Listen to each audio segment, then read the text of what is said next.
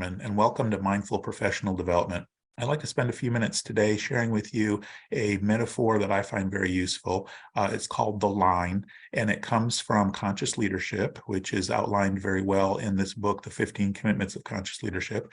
I don't have any connection to the book or to the authors other than being a big fan and using their tools and perspectives a great deal. So I highly recommend that book as well. But here's a representation of the line, and you notice it in the middle there. Above the line are characteristics of being open and, trying to learn and be compassionate toward others and looking at myself and really trying to understand others and listen to them and so forth.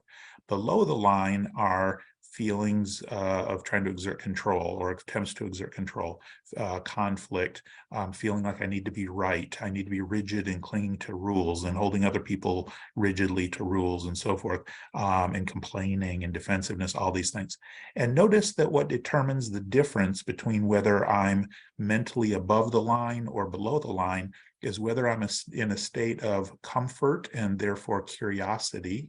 My guard is let down, I can be genuine, I can be authentic, or am I operating from a position of fear?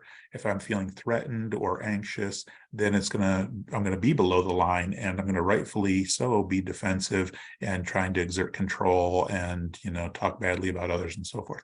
So the idea here is not that one is necessarily better than the other, although I think most of us would agree that in most cases being above the line is preferable.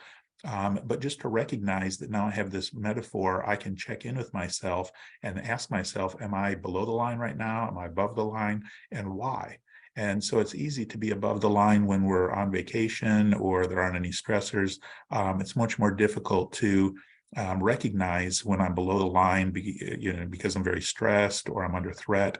And the idea here is that if I recognize where I am, I have a choice. I can stay below the line, or I can say, I recognize I'm below the line. That's not healthy for me or the situation or the other people involved. How can I take a deep breath and pause and maybe, at least for the moment, pull myself up above the line? And of course, that may only last for a minute or two, and I find myself drifting back below the line, but then I can check in and make that determination again. So again, it's not something that I certainly don't want to see folks use this tool to label others and to say things like, well, you're below the line, you need to pull yourself up above the line. This is really about ourselves and using it for our own reflection, our own self-awareness, and our own self-control, ultimately in terms of having a choice on where we'd rather be. Well, thank you very much, and I look forward to hearing from you soon.